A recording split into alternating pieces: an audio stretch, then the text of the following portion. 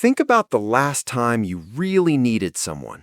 Not a favor, not a ride, not a laugh, really needed someone. How many people actually showed up? Because that number is smaller than you want to admit. And that silence you felt in that moment, you told yourself they were busy. But somewhere deeper, in a place you don't like to visit, you already knew the truth. Nobody was coming. Not because you don't matter, but because every single person around you is so completely consumed by their own pain, their own fear, their own story, that there is genuinely very little room left for yours. And here is the part that changes everything. That truth you've been running from, it's not the end of something, it's the beginning. Think about the last time you walked into a room full of people. Maybe your hair wasn't right. Maybe your voice cracked halfway through a sentence. And for the rest of that day, your brain kept replaying it over and over, like a video stuck on loop. You were convinced everyone noticed, everyone remembered, everyone was quietly judging you. But here's what psychology discovered. Researchers at Cornell University ran a simple experiment. They asked students to walk into a crowded room wearing an embarrassing t-shirt. The students were certain that almost everyone noticed. The reality? Less than half did. And by the next day, almost nobody remembered at all. This is called the spotlight effect. Your brain generates a spotlight, points it directly at you, and convinces you that everyone else can see exactly what it's illuminating. But here's the truth. The spotlight only exists inside your own mind. Nobody else is standing in that light with you. And the reason your brain does this comes down to something called self-referential processing. Your brain is wired to treat your own experiences as the center of the world. So naturally, it assumes everyone else has a front row seat to your performance. But they don't. They're sitting in their own theater, watching their own show, replaying their own embarrassing moments, worrying about their own version of the awkward t-shirt. You think you're standing in a spotlight, but you're actually standing in an empty room, and so is everyone else. Now here is where it gets quietly devastating, because this isn't just an interesting psychological fact. This is something that has been controlling your life, silently, constantly, for years. Think about the last time you had an idea you wanted to share. You typed a message, deleted it, rewrote it, read it again, deleted it again, all because someone might judge one sentence. Or think about that dream you carry around but never talk about, the one that lights something up inside you when you think about it alone. But the moment someone else enters the picture, you shrink it, soften it, make it sound smaller and safer than it actually is. Because what if they don't understand? What if they laugh? Psychologists call this the imaginary audience, a deeply embedded cognitive trap where your brain genuinely believes a crowd of people is constantly watching, judging, and evaluating your every move. It starts in adolescence, but research shows most adults never fully escape it. We just build smarter walls around it. Call it overthinking. Call it being realistic.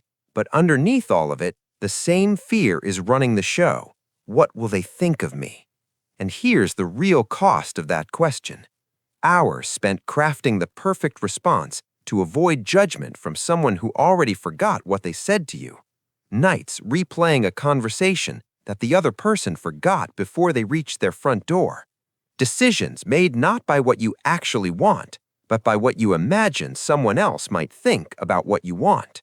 Imagine spending your entire life writing a book, every chapter carefully constructed, every word chosen to impress the audience, and then one day discovering no one was ever reading it.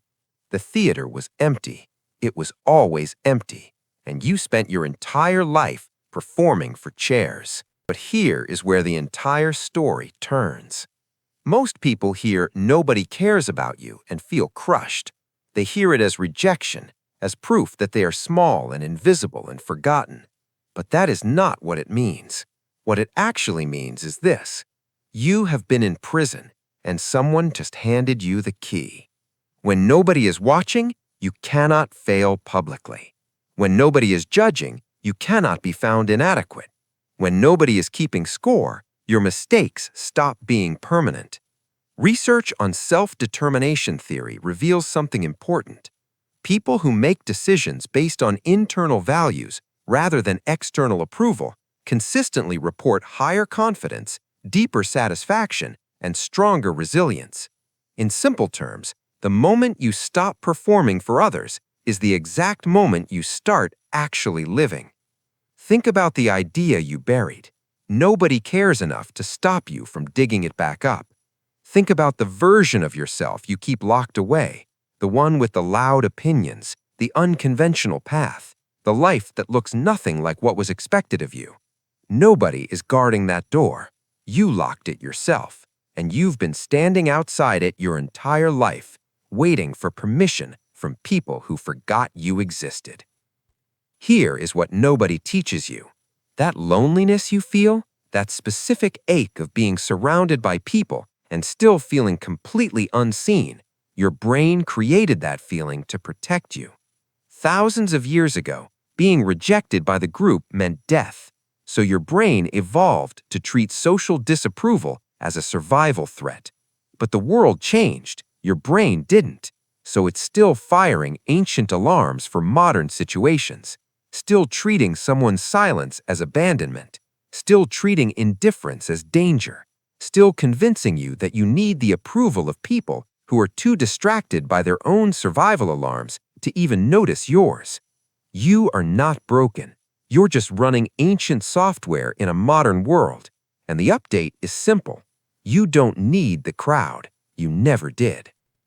So here is where you stand right now.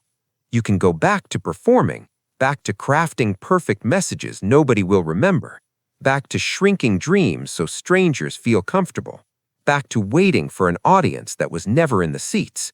Or you can finally understand something that changes the entire shape of your life. The spotlight you've been hiding from was never pointed at you from the outside. It was always burning inside you. And every day you spend managing the imaginary crowd is another day you leave that light completely untouched. Nobody is watching you closely enough to decide who you become.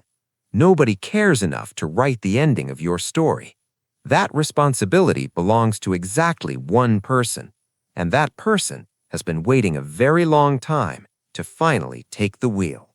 Stop performing. Stop waiting. Stop writing lines for an audience that never showed up. Your story is happening right now, in this moment, and the only person who will ever truly care how it ends is you.